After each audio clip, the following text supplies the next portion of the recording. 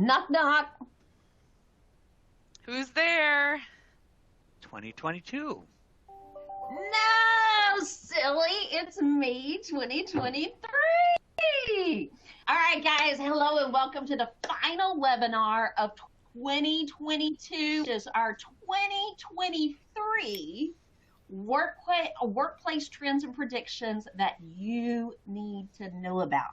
So in case we haven't met, my name is Holly. I'm a registered nurse. I'm also the marketing manager for content here at Axiom.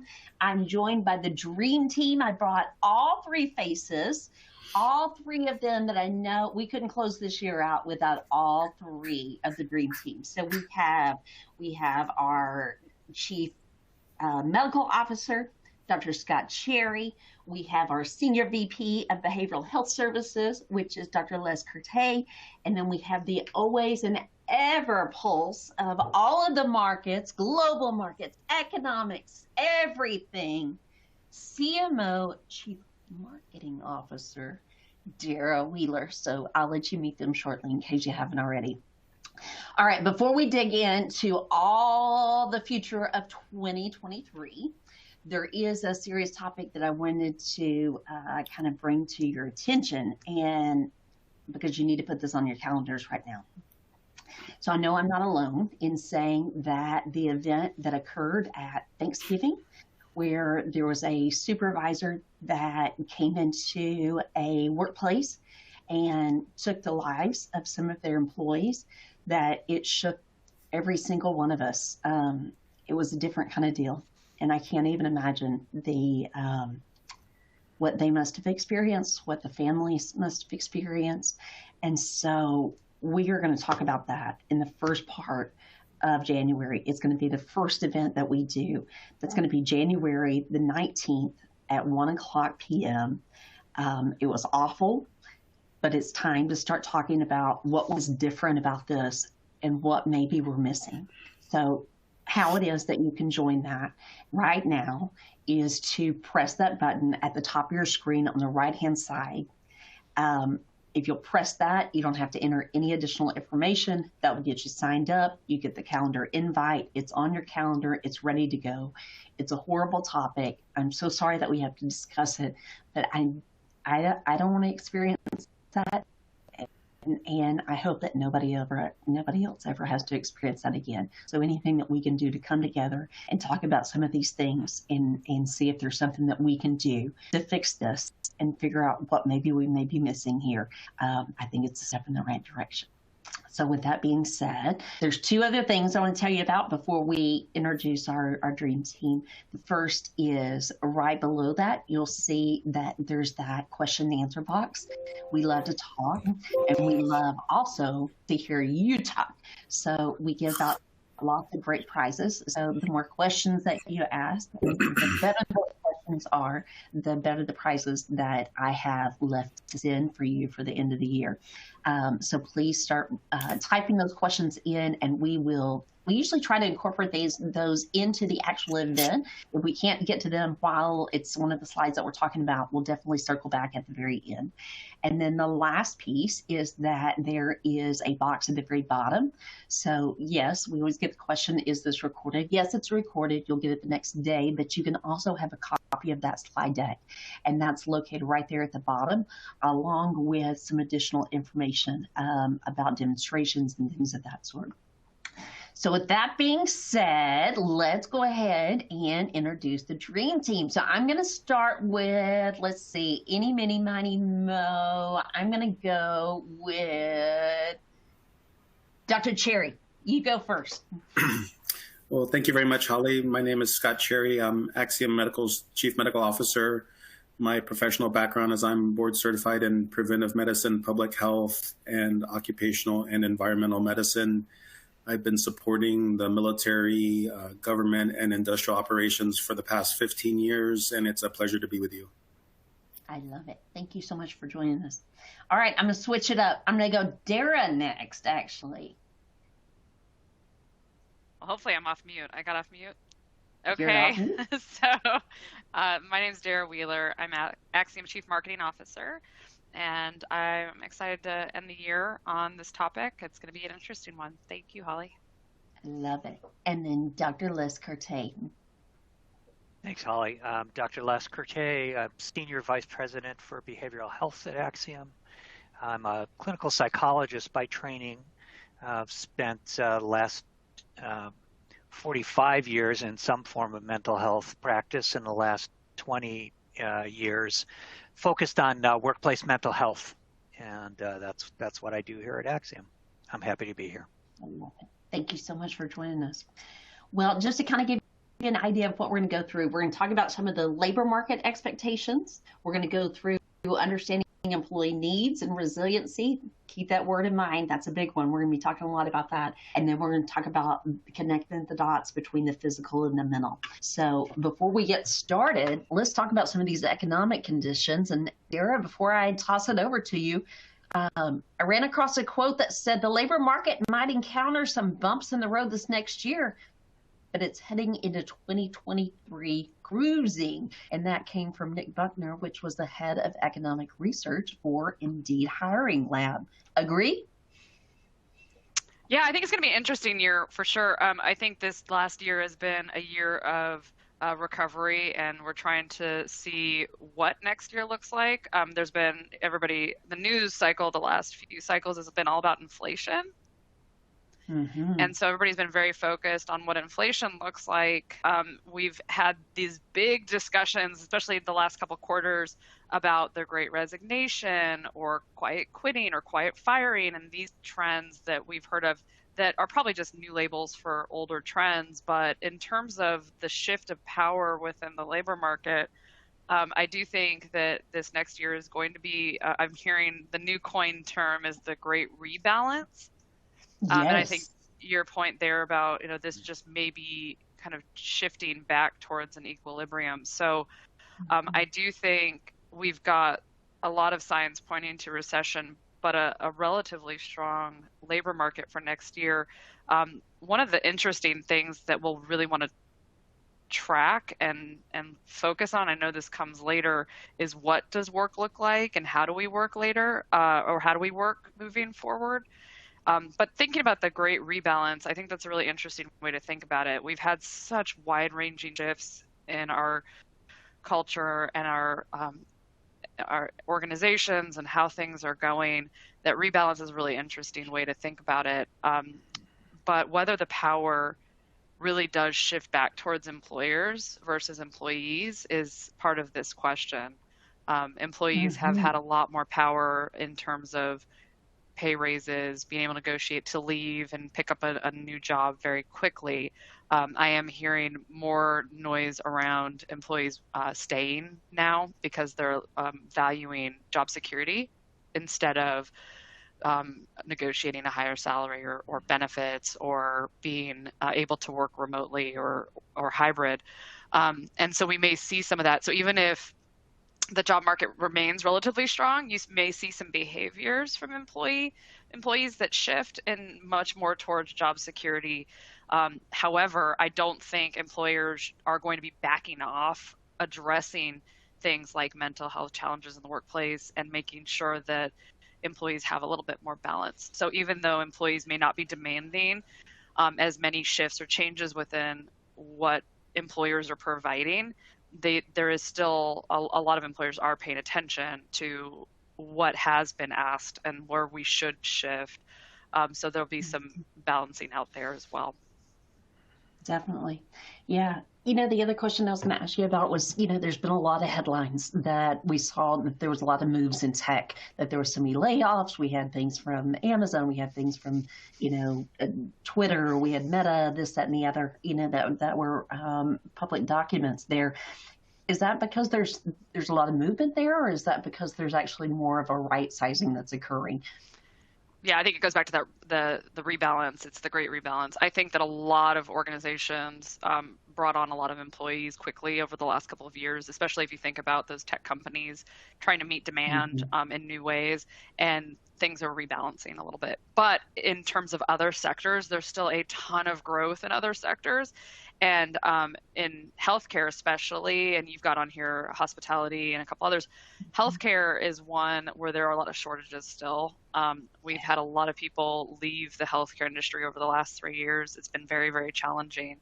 And so it really is sector specific. So although you might have some big layoff news in tech, there are other industries that are severely understaffed. Education's another one, but you've got leisure and hospitality, which I do think has come back really strong in the last year. And I even heard, post-pandemic, it was revenge travel. We will be traveling. We will figure out a way to go back to travel. But so I think it is industry specific. So you might have some concern in certain industries. If you're in tech or you're in some of these industries that you're losing employment, there are a lot of other industries that are gaining quite a few openings. For sure. Great information. All right, well, let's go over to Dr. Kertay then. Actually, speaking of travel, the guy that just got back from a large travel trip. Where did you go, Dr. Kertay? I was in Toronto. Toronto. Okay. All right. Well, talk about what it is that we have to get right in 2023 to be able to make a difference and keep these employees. Well, as Dara said, I don't think that we're going to lose sight of the focus on mental health. You all have heard me say often that, the pandemic didn't create a crisis in mental health. It just tore the Band-Aid off a crisis that started long before we ever heard of COVID. We are talking about it more. And also as the demographics shift to a younger and younger workforce, I think there's more focus on workplace, feeling well at work. Having work be a part of life and not all of life. I hesitate to call it work-life balance because it really isn't that so much as just how do we do both? How do we have a life and work? I don't think that focus is going away. I do think that given the economic uncertainty, given that it's different sector by sector, given that there are differences in age groups, I think one of the things we have to really do better at is understanding what our employees actually want. What do they need? What does our specific workforce need and what do they want? We have to ask them. And we have to ask them in a way that the answers we get are going to be useful and meaningful. And I think that this focus on resilience is really important.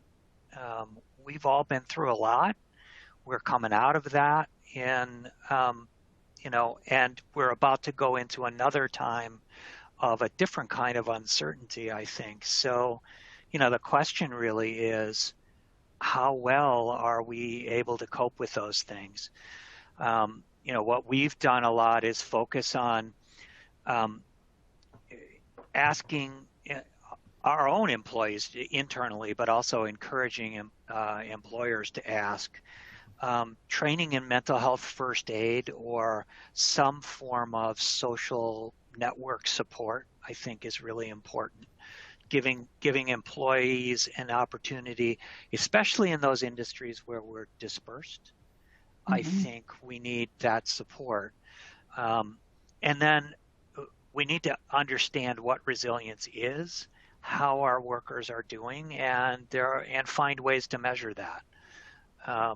We've worked hard to build a measure that does that. But I think the bottom line here is we can't wait for a crisis. We really need to stay out ahead of this. And I think part of what's happening, we've seen, you were talking about changes in the workforce. We've seen changes in the size of the workforce in mental health tech companies that started out really strong and ended up doing some downsizing because it turns out that we thought there was a solution that we just kind of threw at everybody, and it wasn't working that way. So I think 2023 is going to be a year in which it's really important to get very specific about what the needs of the workforce are. Mm-hmm. Absolutely. You know, you brought up the topic of resilience. This will be a hot topic. I'm sure it'll get all of you going here whenever I say this, because I'm probably the only one that's a fan here. But so I personally am a Dallas Cowboy fan, and in one of the last press conferences, one of the things that the quarterback Dak Prescott talked about, he used one word, and it was resilience. And that was how they explained how they've made it through to this point in the season, in having a quarterback that was out. You had somebody that was a backup. You've had all of these objectives, these obstacles that have been thrown your way. But I think that not only in that, you can tell us who your favorite team is here, and I promise I won't even say that I think that we're probably going to be the ones that win the Super Bowl here.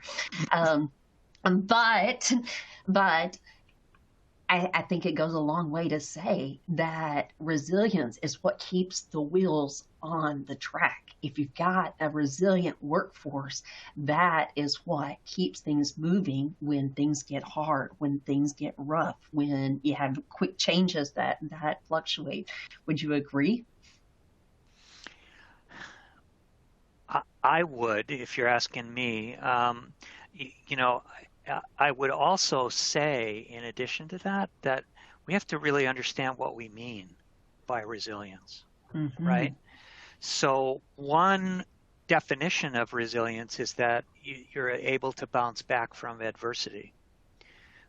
But you don't really know that until you've met adversity.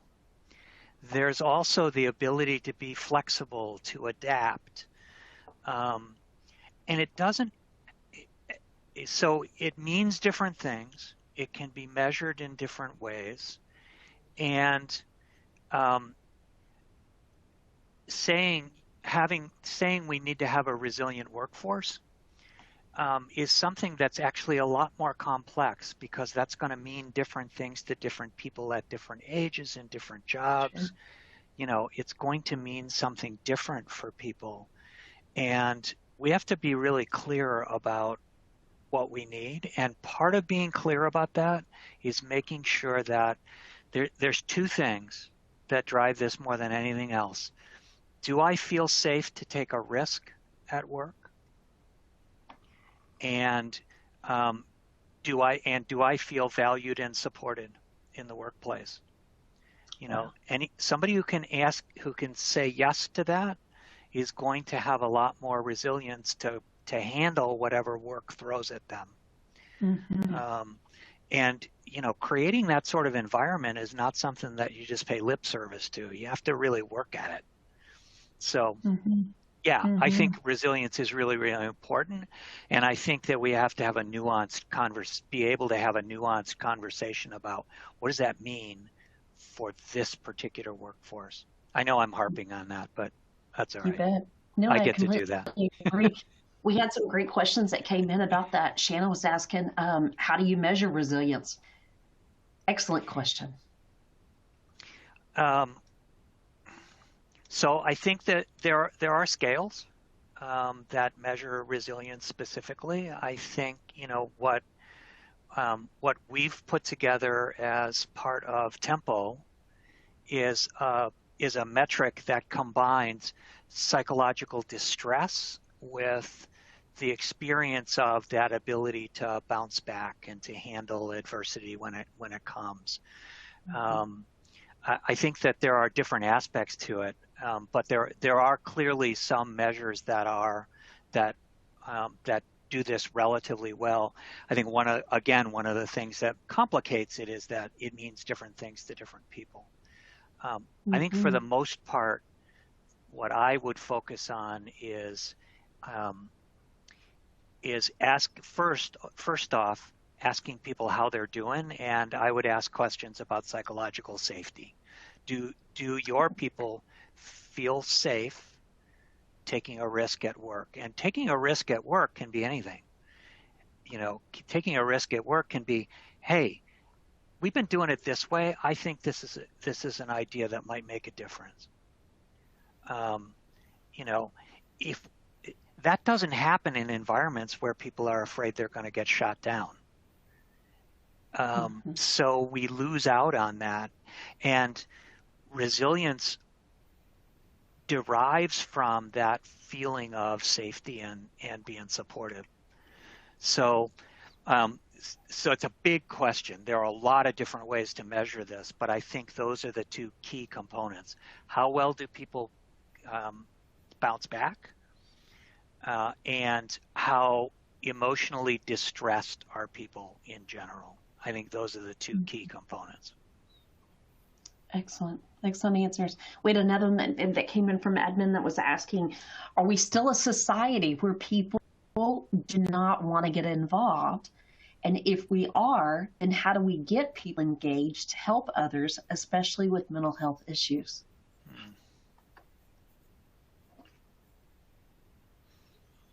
Somebody else want to take a turn at it? I can keep talking, but I don't want to do all of it. I can add a little bit. As we've been working on this for a couple of years, we do see some reticence in our clients to undertake this change in the paradigm of employee mental health. There's a fear of potential work relatedness. How do you parse that out? And that's really, I think, the root of it is we've realized there's this huge need for a focus on mental health, and it's going to take some, I think, courage from organizations to kind of shift over to where they have clear lines of responsibility that although you're screening for employee mental health, it does not mean it's work related. It's personal in nature. And, Dara and I, and Les have been talking about this for a while about total worker health. We've before thought about it with regard to required occupational medicine and personal health, but usually personal health means physical health.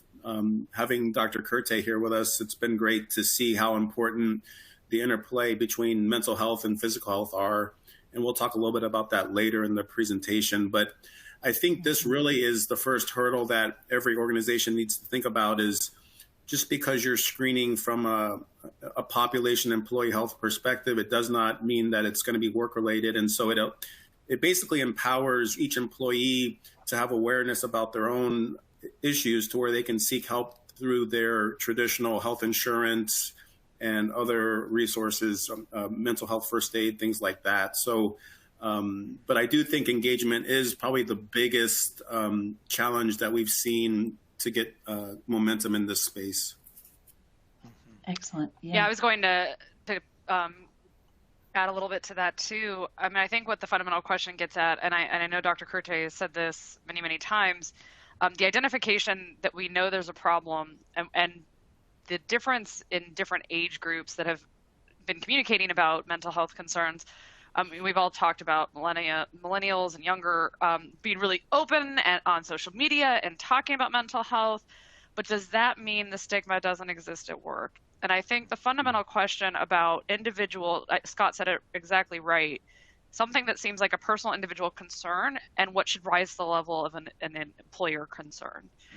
And I think what we're finding more and more is even though it might be an individual personal concern, if it impacts somebody's ability to work, then it's not just an individual concern.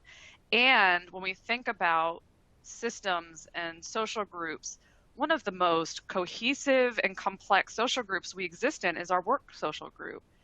And we're working, whether we're remote or in person, with a lot of people day in and day out for hours and hours a day. And we need to understand how to do that better.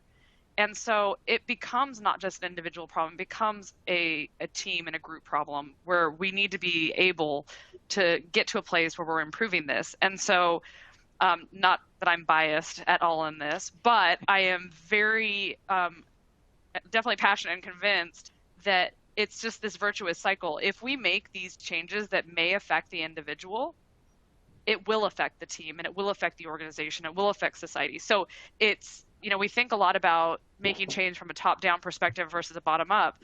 Although we will be kind of thinking about this from that bottom-up perspective, and we are helping the individual, we have to, as organizations, think of the top-down change, because that's where culture and organizations really will shift. Yep. And if our CEO, who, great example, has really made this visible shift in our culture towards talking about mental health at work and making it a part of our daily conversation, if we have somebody at the top shifting that, there's no choice but the whole organization to follow along behind and start making it a part of conversation and reducing the stigma, making it okay to take a mental health day.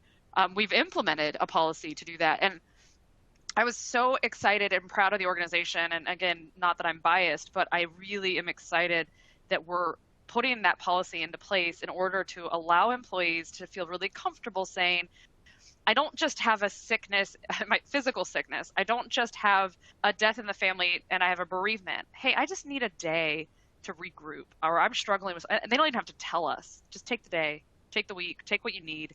And I think that makes a huge difference within organizations. Absolutely. So off my soapbox. Yeah. Well, I think it's a great soapbox, and I'll add to that I, by being able to talk about those challenges, it also lets people connect emotionally. Back to the question about, are people engaging? Are they willing to engage? There's a couple of things. One is that making that environment where it's okay. I know it sounds silly, but if it's okay to say that, we need to make it okay to say, hey, I'm not having a great day. But the side effect of that also is that people then start saying, hey, I'm having a good day today. And supporting one another, right? That's that engagement. And I can't say enough about, and this is why we have incorporated this into what we do, about mental health first aid, because part of why people don't engage is, I think, is, we're really used to saying, how are you doing? And the expected answer is fine.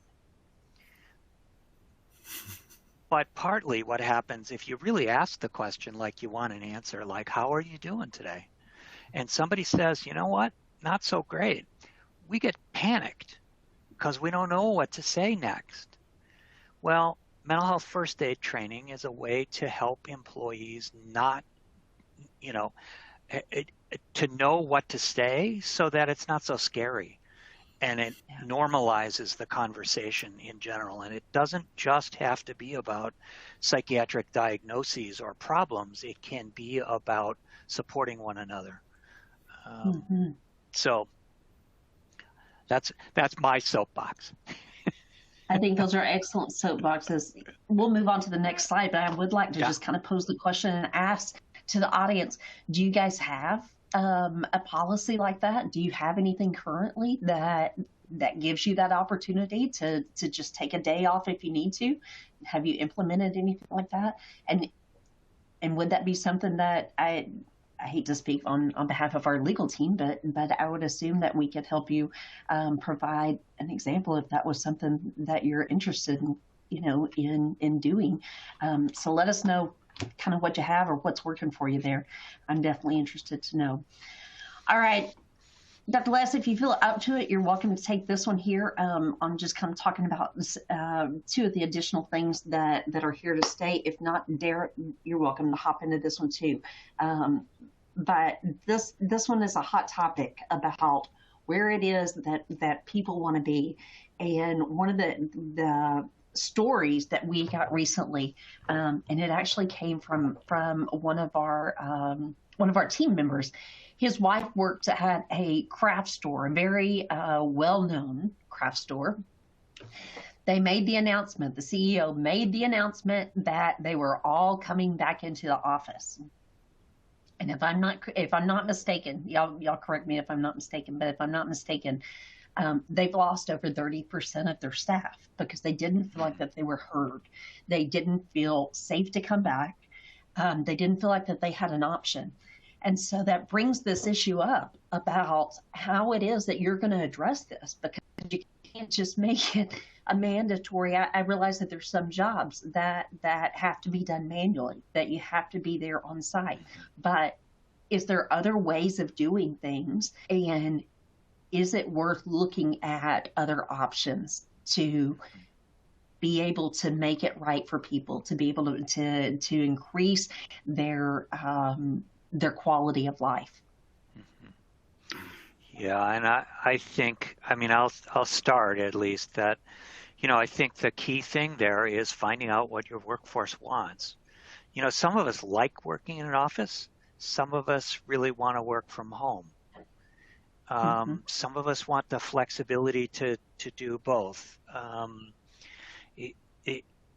There isn't a one-size-fits-all solution, but I think if there's anything we've demonstrated during the pandemic, it's that for the most part, except in those industries or jobs where you just have to be in person, we can work from home and we can work effectively from home. And it has its own stresses that need to get managed. So, what happens in an office is that you have an automatic way of connecting with other people, but you have the commute time, you have all of those issues, you're in an office setting, right? Working from home, I have a lot of flexibility, but I have to work hard to stay connected with my colleagues. I have to go out of my way, and my teams, I have to go out of my way to make that happen. So it's a different environment, and we're not going back. The workforce is not going back to the way that we used to do things. It's just not going to happen. That's my take. Dara, you have anything to add? I think I would have agreed with you maybe 4 weeks ago, and I think that again, it's this rebalance. I think the research shows that hybrid workforces are really great for both. I think that a lot of the research shows 4-day work weeks might be really great. There's a lot of benefits to these trends. I think there are a lot of employers that weren't convinced maybe that this was the way to go and still maybe aren't convinced. And so using this power imbalance again, the employees had a lot of power over the last year because we were really desperate to hold on to employees. Power shifting a little bit. Some of those employers may shift back to fully in-person work. But I agree that it's here to stay. I think hybrid work is absolutely not going anywhere. But I think employees are going to be a little bit more reluctant in the next year to ask for it, or a lot of employees during employment negotiations over the last few months have been, if they were asked to come into the office, they've been asking for more money to pay for the commute, to pay for clothes, for all these things. So I feel like there's kind of this give and take. There may be a little bit of a shift back to more in-person next year with this power shifting, but it may be just a blip in the long-term effects of what's going on. And I think that's been, for me, the biggest challenge with talking about next year and the uncertainty. I think next year may be really interesting, but I really do think it'll just be a slight rebalance of where we've been. And then we'll continue to see these upward trends of employment numbers and hybrid work, and some of these things continue in that upward J-shaped trend that we've been seeing. Those are great points, Dara. Thanks. Yeah. Well, let's talk about one more thing before we move on to the connection between the two. And this is this workplace culture taking a front seat as we move forward. And I think we've hit on a few of these. Is there anything else that we haven't covered here, that we haven't talked about on some of the other slides that you wanted to bring up or address? I think the only thing I would add, because we really have hit all of these things, the only thing I would add is that lip service isn't going to get the job done. Ooh, good point. It's like everybody talks about workplace culture, and our culture is this, our culture is that. I have worked for companies where I've heard those conversations going on, and if you ask the executives what the culture is, you'd get a really different answer than what the frontline workers would say, right? Or middle management would say. I'm really fortunate to work at Axiom, where I don't think there's that discrepancy, or not as much. I mean, I think we are trying to build a culture together, but culture isn't workplace culture isn't something that gets mandated, and it isn't created by having a list of values hanging on the door. It comes from people living those values out and really using them. So I think that's the thing that I would add to this, is that it's just not enough to talk about it. We have to actually take action and do something about it. And that's hard work. This is not something that you do in a day. True story. And I'm not just to toot our own horn here, but I do see this frequently here. I've experienced it myself. As some of you may know, I used to have such internet issues. I live in a very remote area, and our chief information officer, he actually offered to let me borrow his Starlink internet service. And, it was like, he will never know what an impact that he made on my life, because that took so much stress and pressure off of me. I know I've seen Dara, I had to have a dental procedure one time, and she sent ice cream to my house, fried ice cream to my house. I've seen her do that with one of the new moms, that we have that are on our team. It's those kind of things. Those are the things that make the difference and really move the needle. And I really think when you talk about culture, it's those individual pieces that make the difference. Mm-hmm. Yeah. And creating a workplace culture that makes it okay to do those things. Right. You bet. Yeah. Yeah, and I just want to say one more. Yeah. Sorry, Holly. If you can go back one on the workplace culture thing. I think Scott said this early, and I just want to reiterate. A lot of employers that we talk to are very overwhelmed with where to start. These initiatives are really complex. Culture is not something that you can just throw together and build and pretend like it's going to be easy. Actually, I think that often, like Les said, you have to really build behaviors that are consistent to build culture. It really needs to be intentional.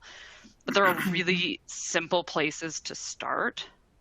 And I think Les has mentioned a couple of them. And I think I just want to say one more time that there are ways to start that are not complex. You can start by asking your employees. You can start by building a system of feedback. You can start by, I think, even asking the question about how are you doing, but how are our employees doing, and asking that question is a really simple way to start. And so there's, I think, a really clear bit of feedback we're getting that it is like everybody knows these are things that have to shift, or we need to make changes or build better ways of doing things. But it's that, okay, well, now what? What do we do? All these workplace culture components are great, but how do we start? I think there's really, really simple ways to get the movement going, and thinking about how that momentum can shift really quickly within an organization. Oh my gosh, I just saw the sweetest comment that just came in for Les, and it said, no question, just want to say that came from Lori, that said, Les does walk the walk. He always has been consistent, and he knows his stuff. Oh. Thanks, Lori. That's the sweetest comment ever. Thank you, Lori. And cupcakes for Lori. Yes. Okay, Lori, you win. Yeah. No, we've got lots of good stuff that we're sending out today, so keep those questions coming. Dave had another good one, a comment that was just saying that, individuals are not good at listening versus telling. Boy, that 100%. Yeah, we agree. And it's also easier to change than we think by modeling listening, right? How many managers and executives feel like their job is to tell people things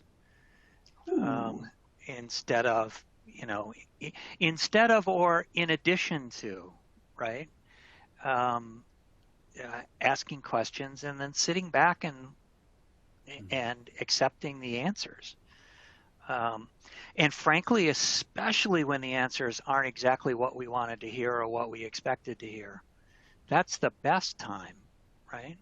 It's not there's a skill to be learned to listen, but we all actually also have instincts that will help us, and it's like, well, first, don't talk. Yeah. You ask a question and then stop talking. Yeah. So. Yeah. Hey, one more question before we move on, and that was Garth had asked, how do we handle employees that come to work with many personal issues? It's a big question.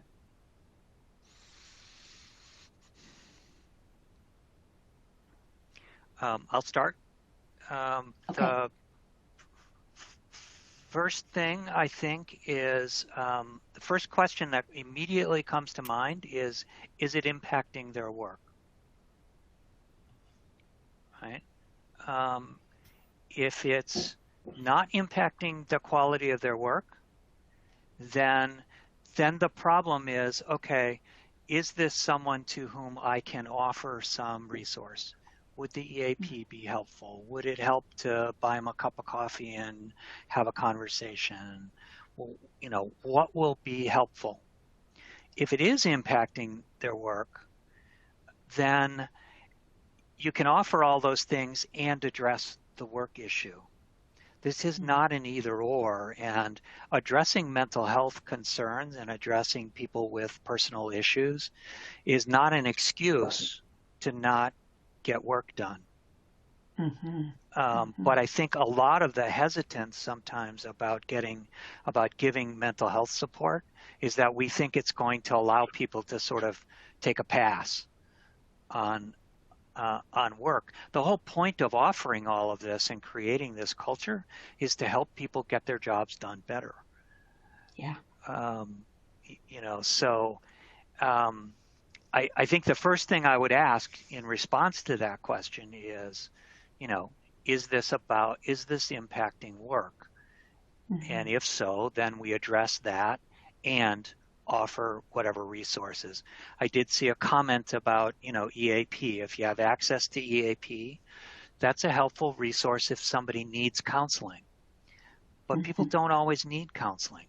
Sometimes what they need is ideas. They need, stress reduction videos.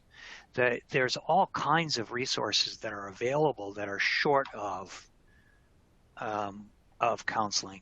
So the answer again is kind of complex, but the first thing is, what's the issue? I was going to say the exact same thing. It would be question number one. Everybody's going to have personal issues or bad days.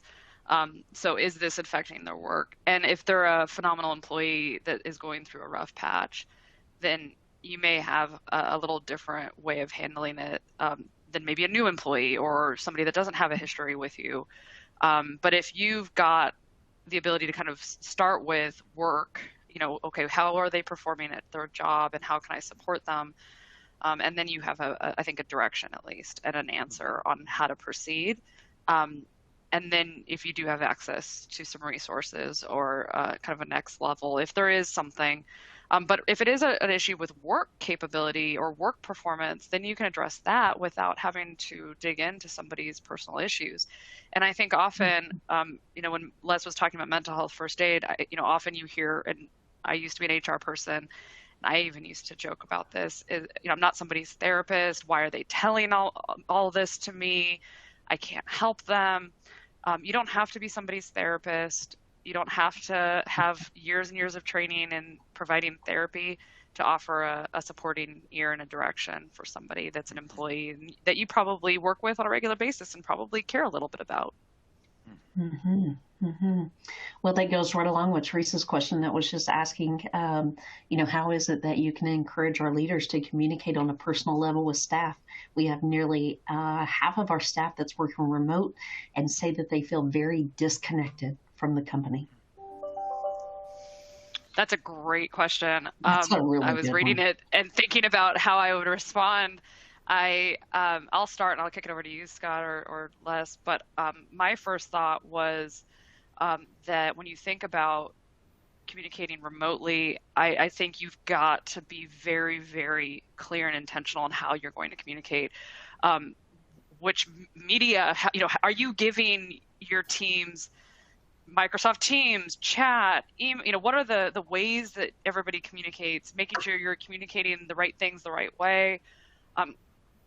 We don't like to go, at least internally, as far as policy to force people in a direction, but we really like to remind and encourage and kind of try to manage things in a way that provides really good communication or my team knows it's like there's no such thing as over communication. Like, tell me everything often, and I'll let you know if it's too much. But when you're remote, especially, we did things going remote because we used to be 100% in the office. First thing we did was start a weekly town hall with our CEO leading it, and I know a lot of companies do that. We started with a town hall. It went really well. But one of the pieces of feedback we got over the last, now more recent time, was that was very one way, one directional. It was an executive talking at the company instead of really engaging.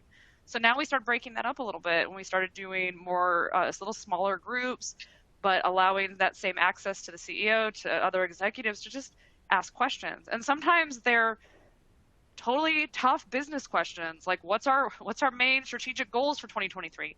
Sometimes they're like, hey boss, what's the thing you're cooking tomorrow? It's really being intentional about that. And I do think both Scott and Les said this during the pandemic, and I just want to say it again. It's okay, especially when you're remote, to not always be focused on business. So in a marketing meeting this morning, we spent 10 minutes goofing off about who knows what, Holly's cruise and somebody else's thing, and a dish somebody cooked that they didn't know was antelope. I mean, there was all of these crazy stories, and it was really fun, but that brought us all together and connected all of us in a way. We have team members in Toronto, California, or in Vancouver, California, Detroit, all over the place. I really hope, because I felt it, that everybody laughed for 5 minutes together and had a really fun time. And then we got down to some really important business that we had to get to. And so these are ways that have worked for me. Scott or Les, any ideas on your side? One of y'all has to talk about Wellness Wednesday. I mean, that's been a game changer.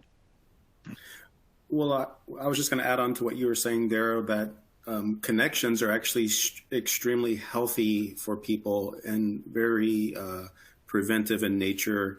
I think people have heard of the blue zones where people tend to live up to about 100 or so. And they're kind of outliers to the regular communities that they're in. And what's interesting is the blue zones in America, they weren't really able to determine a specific behavior like diet, exercise, etc., that was linking to these extended lifespans. And one thing that did come about was their connection to their community and family, which was extremely preventive from chronic disease. And so that's extremely powerful because we always hear about how important lifestyle is with regard to diet, exercise, stress reduction, et cetera. But Dara, I think it's incredibly important that we do have a culture where we obviously are in a workplace and have that professionalism that it's needed to get the work done. But if you can, or it sounds like you almost need, it's almost a must where you have strong workplace connections that lend itself to getting the work done, especially in rough times. But also it helps people just be more healthy, and I think we were talking about resilience a lot. And I had come across the term anti-fragile There's actually a book written on it that's extremely interesting, but it takes resilience to the next step. So resilience is you're at a certain level of capacity, you experience a stress, and then if you have enough resilience, you get back to that same baseline. So anti-fragility is actually whenever you experience stress, you actually become stronger. I think Axiom Medical as an organization was actually anti-fragile during COVID, where we were able to quickly respond to the needs of our clients. And so I think I was going to talk to you about this later lesson, Dara, that could we actually have a measurement of anti-fragility through Tempo Live in addition to just resiliency and workability, because that may actually help us with our clients. We're talking about the commuting and different things. Organizations could potentially use this information to support or not having work from home policies, things like that. But really having connection. Innovation on the fly, Scott. Yeah, there you go. I like it. I like it. And I think that really it is about connection in life. And so anything that we can do to foster that is really key. And I've seen senior executives at certain organizations actually give personal case studies of themselves and how they would help modeling behavior to more junior employees with regard to personal health. But I actually think we could foster the same program for having real discussions and connections in the workplace. Oh, I like that. I like that a lot. Yeah. Let's talk about connecting the dots between the physical and the mental while we're here, and then we'll wrap up. Yeah. So we've been talking about this a little bit, but really explicitly talking about how mental and physical health are inextricably linked. Obviously, what we have here is increased risk of injury and productivity loss with mental health challenges, and you can see the numbers are fairly significant. And this actually goes along with physical health as well. As people's physical health is challenged with chronic medical conditions, you see roughly about the same margin of impact. And so in one of our slides, we talked about the holistic importance of mental and physical, but I would expect there to be huge synergy if an organization can actually address mental and physical health as a total worker health approach to their employee health with regard to really productivity, injury prevention, as well as minimizing or reducing human resources costs with regard to turnover and health insurance spend. One of the statistics listed here shows about $10,000 increased healthcare spend of depressed employees. And so you really have what I call a win-win-win, where the employee wins if they can adequately address their mental health because they have a better quality of life. The organization wins because they have a more productive, less prone to injury risk employee. And really society wins because we know that a large proponent or a large proportion of our gross domestic product is being spent in healthcare. And so anything we can do to just lower the cost of healthcare in general is absolutely critical. Absolutely. I agree. Yeah. I throw just a quick add on to what you just said, which is that, I've gotten to the,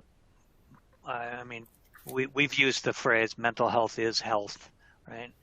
I've gotten to the place where I don't even know why we have separate conversations about physical health and mental health. Yes. They never happen separately. Right. They're always together, right? If I have an emotional challenge, I'm going to feel poorly physically. If I feel poorly physically, it's going to affect my mood. They always happen together. And so much of what we've learned about chronic illness and mental health go together and have the same predictors, have the same risk factors. It's like I don't even know why we think of them separately anymore. So the categorization of them actually presupposes they are different when it really. So that will be a culture change, I think, in general. But that really opened my eyes. I really appreciate that. Absolutely. Yeah. We had a few additional questions, and there was one in here that really got my attention that Teresa had said, and I'm interested in your feedback. So Teresa had mentioned that she went through a mental health first aid training on her own because she saw that there was a need. However, that maybe within her organization, that there was some discouragement about discussing that with staff, and that they wanted them to be referred to EAP because they were concerned about confidentiality.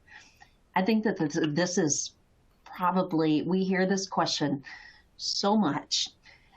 And Dr. Les, I know that you have words of wisdom here that everybody needs to hear.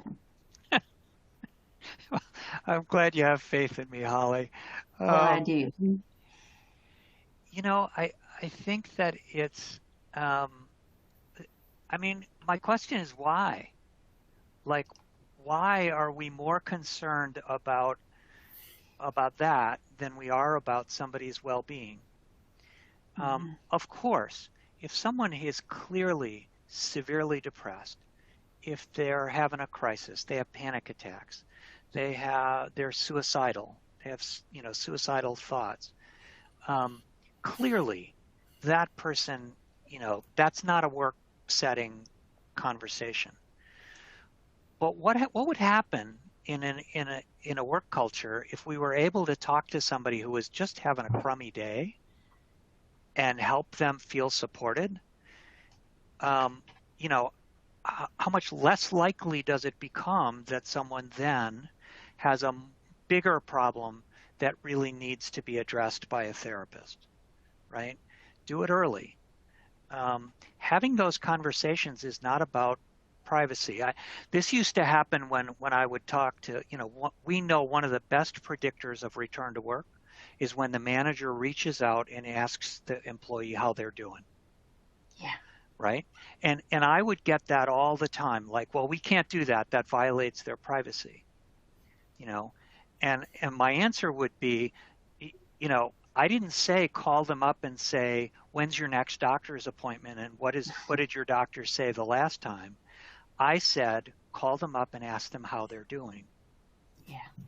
Right? That's not a privacy concern. I'm just asking how you're doing. You're free to answer it any way that you want. I just think that it's problematic thinking that we have to figure out how to fix. I don't know if that's words of wisdom or not, or if I'm just, making trouble, but that's my answer. No, I completely agree. I guess the other side of that would be, and I'll open it up to the other two of you. So, maybe if you're in an organization and you see that, you understand that, you believe that, but those that maybe of higher authority to you don't see and understand that. How do you help them? How do you make that? How do you bridge that gap there? One thing I would add, maybe just specific to your question there, Holly, would be, probably have kind of a formal policy that addresses kind of the limits of, and it would be good if you had a formal mental health first aid program. And so that way everyone's on the same page with regards to the limits of mental health first aid and the red flags that, hey, this is probably beyond mental health first aid. And then just maybe getting back to your point, Les, I do think just because we're all wired to preserve life and stay away from dangerous things, I think that's been, so in nature and in the wild, that's probably come over into corporate life to where we're 10 times more afraid of a negative action than a positive action. And so we're much more guarded to do nothing than doing something that may be constructive, right? And so we kind of say bounce it back to legal or HR, and then it just becomes kind of that momentous ball of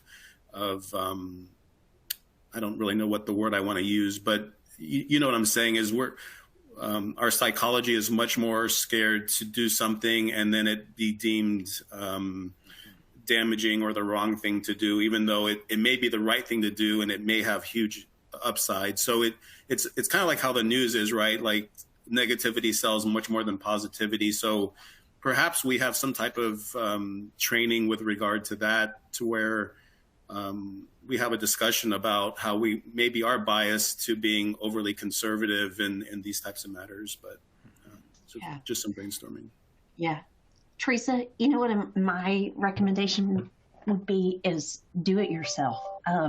You have a platform and you have a voice. You don't necessarily have to do that at your organization, but there's all kinds of platforms. There's social media, there's TikTok, there's all of these forums that you can reach out. And just because people aren't ready yet to hear what you have to say doesn't mean that everybody's not listening. So if it's not done yet, start it yourself and somebody will listen. There's an audience, I promise you. There's an audience that will listen. You can do it. And if you need to know and what Holly to say, will follow you on TikTok. Yeah, Holly will help you. Certainly will. I most certainly will. Guys, we are at 2:00. Thank you so much for attending. I appreciate you so much. You've done an amazing job. I appreciate your loyalty and your attentiveness this year. We've been through a lot. I would encourage you before you leave, if you haven't done so already, please just check that button there on your console, because we've got some heavy topics to talk about in January, but I think it's going to be well worth our time. Anything that we can do to save the life of one another is a win. So happy holidays, and we will see you then in 2023. Bye, guys.